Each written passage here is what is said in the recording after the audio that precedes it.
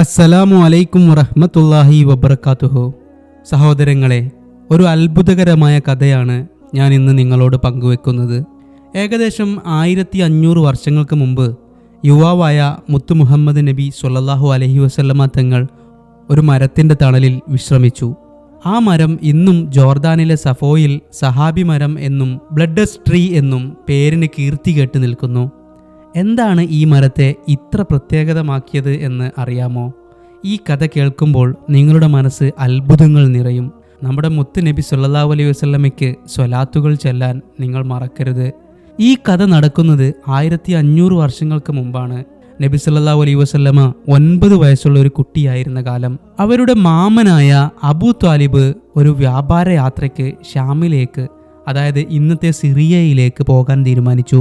അന്ന് ഖുറൈശികൾ വർഷത്തിൽ 2 വലിയ വ്യാപാര യാത്രകൾ നടത്തുമായിരുന്നു.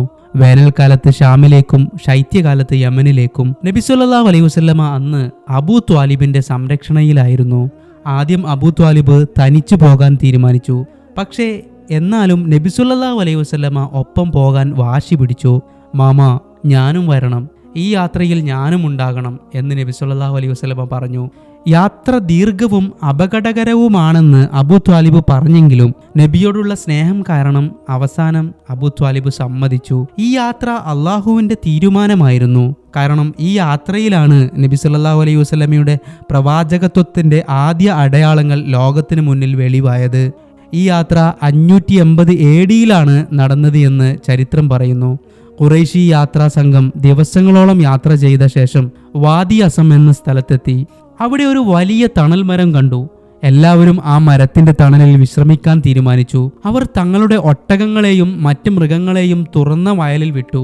അടുത്ത ഒരു ക്രിസ്ത്യൻ ആശ്രമത്തിൽ ബുഹൈറ എന്ന ഒരു സന്യാസി ഈ കാഴ്ച വീക്ഷിച്ചു. അവന്റെ യഥാർത്ഥ പേര് ജോർജിയസ് എന്നായിരുന്നു. പക്ഷേ ആരാധനയിലെ അർപ്പണം കാരണം എല്ലാവരും അവനെ ബുഹൈറ എന്ന് വിളിച്ചു. സാധാരണഗതിയിൽ യാത്രാ സംഘങ്ങളിൽ അവൻ ശ്രദ്ധിക്കാറില്ല. പക്ഷേ ഇവരെ കണ്ടപ്പോൾ അവന്റെ കണ്ണുകൾ വിടർന്നു. എന്തായിരിക്കും കാരണം? യാത്രാ സംഘത്തിലെ ചിലരുടെ മുകളിൽ ഒരു മേഘം നിഴലായി നിന്നിരുന്നു. അതാണ് അതിന് കാരണം. വേനൽക്കാലത്ത് സൂര്യൻ കത്തി നിൽക്കുമ്പോൾ ഈ മേഘം അവർക്ക് തണൽ നൽകി. അതിലും വലിയ അത്ഭുതം ബുഹൈറ കണ്ടു. യാത്രാ സംഘത്തിലെ എല്ലാവരും മരത്തിന്റെ തണലിൽ ഇരുന്നപ്പോൾ നബി സല്ലല്ലാഹു അലൈഹി വസല്ലമ ഏറ്റവും ചെറുപ്പക്കാരനായതിനാൽ എല്ലാവർക്കും സ്ഥലം കിട്ടുന്നതുവരെ കാത്തുനിന്നു. പക്ഷെ തണൽ മതിയാകാതെ വന്നപ്പോൾ മരത്തിന്റെ ശിഖരങ്ങൾ തനിയെ വളഞ്ഞ് നബിക്ക് തണൽ നൽകി. ബുഹൈറ ഇതെല്ലാം കണ്ട് ഞെട്ടിപ്പോയി. അവസാനം തന്റെ സഹസന്യാസിയോട് പറഞ്ഞു, ഈ യാത്രാ സംഘത്തിലെ എല്ലാവരെയും ഭക്ഷണത്തിന് ക്ഷണിക്കൂ എന്ന്. ഇത് കേട്ട് ഖുറൈശികൾ അത്ഭുതപ്പെട്ടു. കാരണം ബുഹൈറ ഇതിനു മുമ്പ് ഒരു യാത്രാ സംഘത്തെയും ഇങ്ങനെ ക്ഷണിച്ചിട്ടില്ല. എല്ലാവരും ഭക്ഷണത്തിന് പോയി. പക്ഷെ നബി സല്ലല്ലാഹു അലൈഹി വസല്ലമ സാധനങ്ങളും മൃഗങ്ങളും നോക്കാൻ പുറകിൽ നിന്നു. ബുഹൈറ എല്ലാവരെയും ശ്രദ്ധിച്ചു. പക്ഷേ അവൻ ആരും പ്രത്യേകമായി തോന്നിയില്ല. അവൻ ചോദിച്ചു, നിങ്ങളുടെ യാത്രാ സംഘം ഒറ്റപ്പെട്ടിട്ടുണ്ടോ? ഇവിടെ ഇല്ലാത്തവർ ഉണ്ടോ? ഒരാൾ പറഞ്ഞു, ഇല്ല, എല്ലാവരും ഇവിടെ തന്നെ ഉണ്ടല്ലോ. പക്ഷെ മറ്റൊരാൾ പറഞ്ഞു, ഓ, ഞങ്ങൾ മുഹമ്മദ് ബിനു അബ്ദുല്ലാഹിബിനെ പുറകിലാണ് നിർത്തിയിരിക്കുന്നത്. ഇത് കേട്ട ബുഹൈറ പറഞ്ഞു, അതൊരിക്കലും ചെയ്യരുത്, നമ്മളിവിടെ ഭക്ഷണം കഴിക്കുന്നു.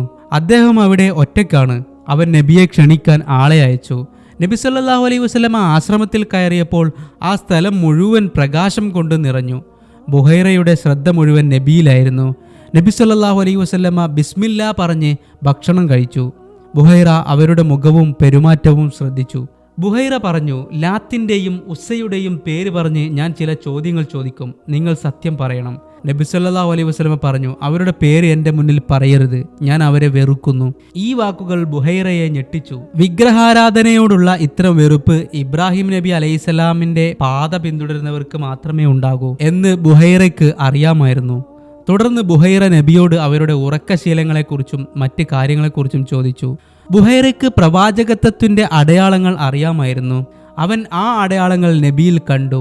ചോദ്യങ്ങൾ കഴിഞ്ഞപ്പോൾ ബുഹൈറ പറഞ്ഞു, നിങ്ങളുടെ പുറം ഒന്ന് കാണട്ടെ. നബി സല്ലല്ലാഹു അലൈഹി വസല്ലമ അനുവാദം നൽകിയപ്പോൾ ബുഹൈറ നബിയുടെ പുറത്ത് പ്രവാചകത്വത്തിന്റെ മുദ്ര കണ്ടു. ഇപ്പോൾ യാതൊരു സംശയവും ബാക്കിയില്ല, ഇതാണ് അള്ളാഹുവിന്റെ അവസാന പ്രവാചകൻ. ബുഹൈറ അബൂ താലിബിനോട് ചോദിച്ചു, ഈ കുട്ടി നിങ്ങളുടെ ആരാണ്? അബൂ ത്വാലിബ് പറഞ്ഞു, ഇവൻ എൻ്റെ മകനാണ്. ബുഹൈറ വീണ്ടും ചോദിച്ചു, നിങ്ങളുടെ യഥാർത്ഥ മകനാണോ? അബൂ ത്വാലിബ് പറഞ്ഞു, അതെ, എൻ്റെ മകൻ തന്നെ. ബുഹൈറ പറഞ്ഞു, അത് ശരിയാകില്ല, എന്റെ അറിവ് പറയുന്നു ഈ കുട്ടിയുടെ മാതാപിതാക്കൾ ജീവിച്ചിരിപ്പില്ല. അപ്പോൾ അബൂ ത്വാലിബ് പറഞ്ഞു, നിങ്ങൾ പറഞ്ഞത് ശരിയാണ്. ഇവന്റെ ഉപ്പ ജനിക്കും മുമ്പേ മരിച്ചിരുന്നു. ഉമ്മ കുറച്ച് വർഷങ്ങൾക്ക് ശേഷവും മരണപ്പെട്ടു. ഇവൻ എന്റെ അനന്തരവനാണ്. ബുഹൈറ പറഞ്ഞു, ഈ കുട്ടി സാധാരണക്കാരനല്ല.